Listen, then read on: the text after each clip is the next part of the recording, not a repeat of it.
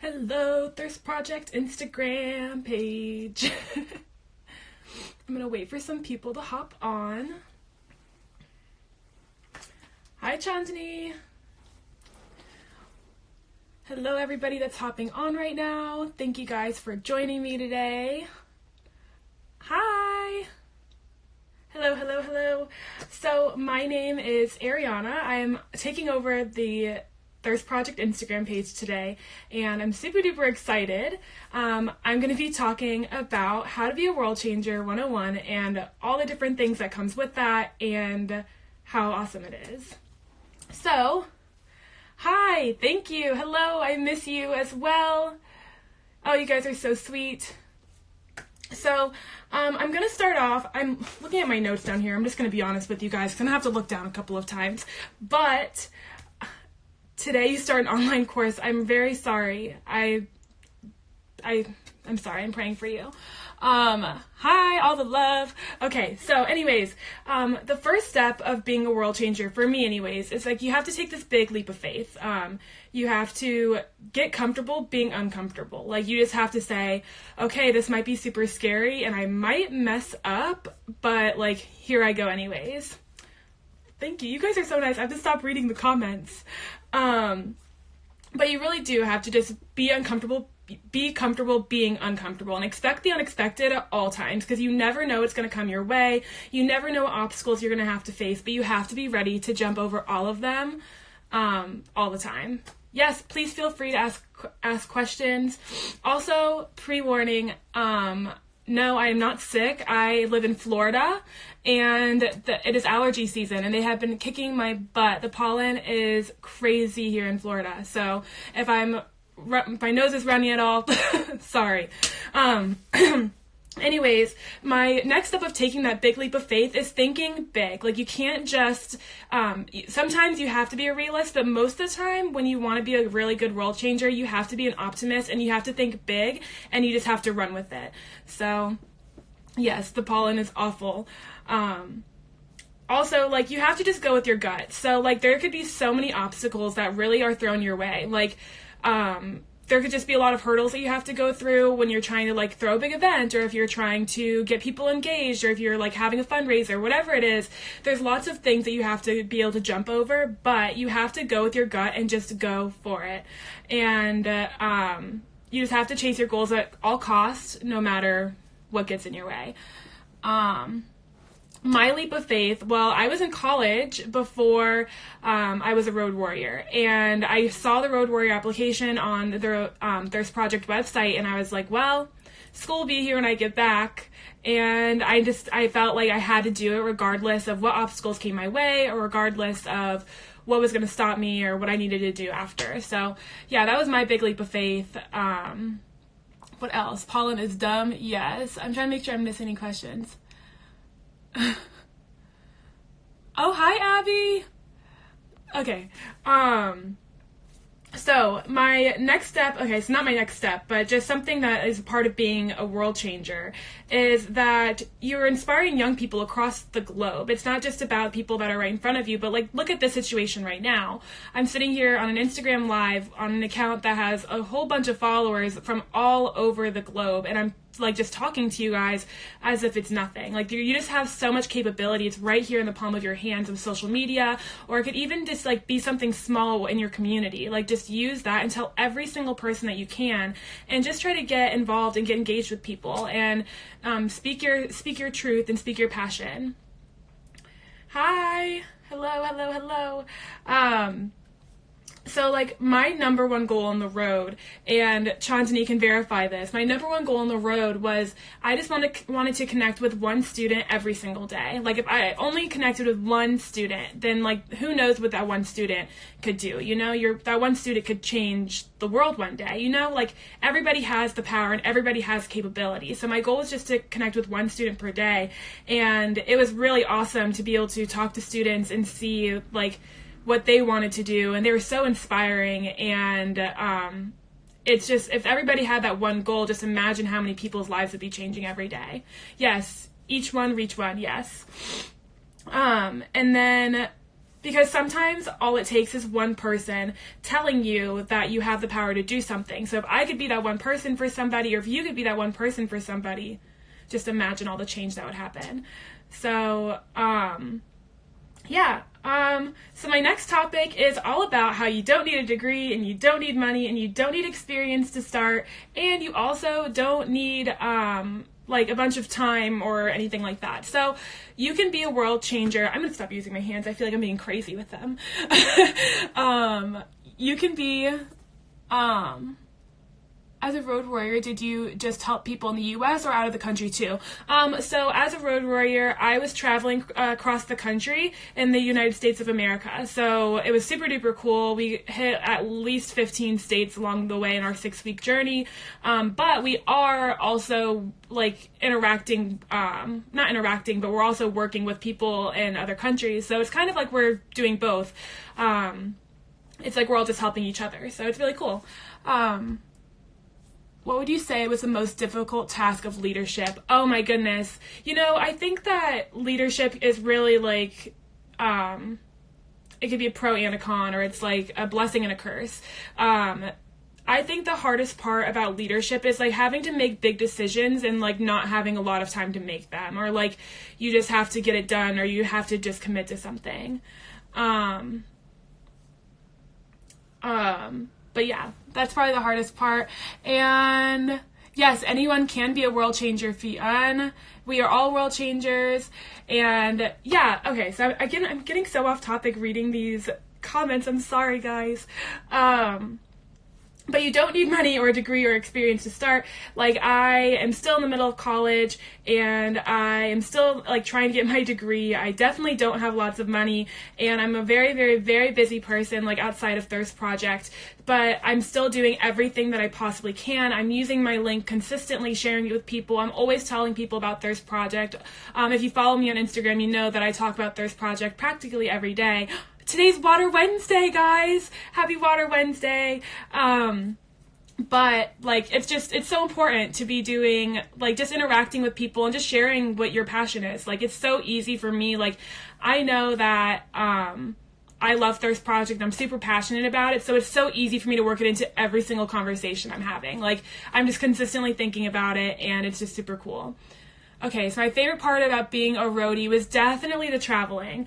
I mean, like, I don't know, there's like two sides of being a roadie, I feel like. I think that there's like the roadie where like you're doing all these really cool things and like you're just traveling the country, and then there's also the part of being the roadie where it's like work and like being a working roadie. So the traveling part, my favorite part was definitely being able to just try all sorts of things. I went into one of those flotation tanks when we were in Salt Lake City. We did all sorts of crazy things across the country that I would have never done before, but I just like put myself in every weird experience that I possibly could. And then my favorite part about being a working roadie is definitely just hearing the students, man. Like, you guys blow my mind. Hi, Sarah. Hi, Sarah. I hope that you're having a great day and a happy Water Wednesday. But yeah, seriously, I love talking to students. Like, you guys come up with the craziest ideas that are so interactive, and they're just so like inspiring, because I would have never thought of them. Like, you guys, your brains are insane with your imagination and like your dedication to Thirst Project. You guys blow my mind every single day. When you talk about connecting with a student, what did you mean by that?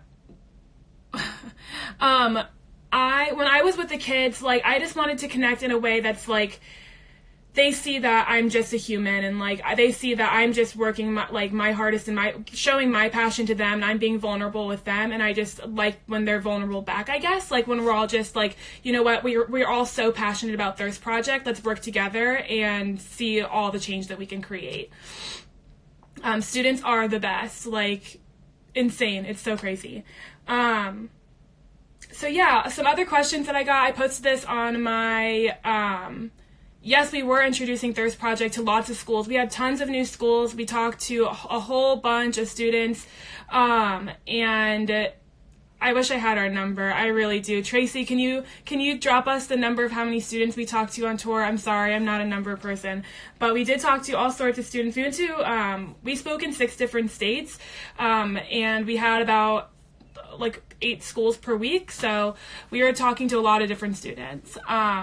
Students truly do change the world. So a couple of other questions that I had, I posted this earlier on the story as well, but how did I get involved with Thirst Project? So why did I choose Thirst Project? So I was in a show choir, but I also I heard about Thirst Project when I was in middle school, like when I was like 13 years old, and I heard about it, and I heard that there was a water crisis, but no one said like, oh, you have the power to do something about it. So it kind of just like went to the back of my head, and I just kept on thinking like, hopefully someone's doing something about this, which sounds insane, but like I was only like 12 years old, maybe 13. So then I'm in high school, and I'm in a show choir, and Damon Brown, he's my choreographer in high school, and yes, where are my show choir peeps at? If you're in show choir, show me some comments. But we were in show choir, and he came in and he was like, guys, right now there's over 600 million people on our planet without access to safe, clean drinking water. What do you guys want to do about it? And from then on, I was like, okay, now I know that I have the power to do something about it, so I'm going to. So yeah, it's pretty much... Okay, so me and Chanti talked to 9,651 people! That's crazy, in 6 weeks. But yeah, we... Oh, dang it, now I lost my train of thought, and I think I was really going somewhere with that. Anyways, hi Zox! We love you. We are a huge fan. But yeah, so that's how I found Thirst Project. I became super passionate about it, and then I heard about the Road Warrior program, and then here I am.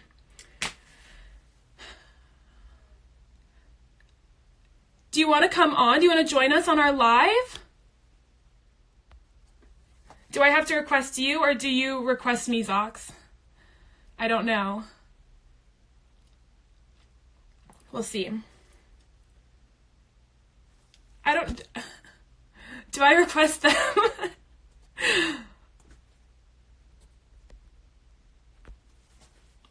I don't know. Anyways, oh, click their name. Okay.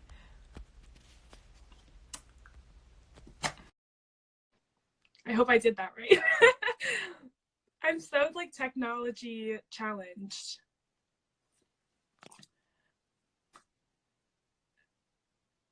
Hello. Okay, so, we're gonna wait for them to come on. Liney, do you have any dad jokes? Because I don't have any dad jokes. We still stand. That's true. We do. But okay, so one of my other questions was, what was my like the worst, this is a crazy question, I feel like. Somebody asked what my worst memory was being a road warrior, and my best memory was being a road warrior. So I'm gonna start with my worst. My worst memory was Chantini and I were driving, and without going into extreme detail, we watched the person in front of us hit a deer, and then the person next to us hit the deer, and it was absolutely terrifying. I was very shaken. I had to like stop driving for a minute. Yeah, it was very startling. And then my best memory being a road warrior, my best memory would have to be at the Heart of America in Kansas City, and it was our last Miracle Minute for the night, and it was actually a Miracle 30, which if you don't know what that is, it's when you have 30 seconds and like it's like a huge crowd, and like you're like, okay, how many people's lives can we like provide water for in 30 seconds? So then we have like a bunch of people run out in the crowd, and we just turned it into like a really big dance party, because like we had already fundraised so much money like throughout the day, because like everybody was being super generous, and like we had already provided like 60 people with safe, clean drinking water, and I just wanted it to be a big celebration, and so it was super duper fun, and I loved it. Yeah, it was insanity. Yes, the Paul Mitchell School in Fresno. If you guys are on here right now, I would love to go live with you. But the Paul Mitchell School in Fresno was insane. Like, they had a huge party. There was pizza, there was snacks. It was just so much fun. Okay, so I can elaborate. Yes. So basically, we call it a Miracle Minute normally. And so Miracle Minute is like, you can do it at a school or in a class, or if you're having like a big fundraiser, or in our case, we were at a show choir competition, and there's a bunch of people there, and they And we just said, okay, you guys have 1 minute to just throw in change or $1 or however much you're willing to give, because every single penny counts. And everybody just throws in whatever they're willing to offer, whatever they're willing to give. And then at the end of that 1 minute, you count it all up and you see how many lives you've provided safe, clean drinking for life. I'm trying to listen to your guys' comments, but how can you make time for yourself in college and also being a big part of the organization like Thirst Project? Oh, it's really crazy. My life is insane, but I kind of just run on insanity.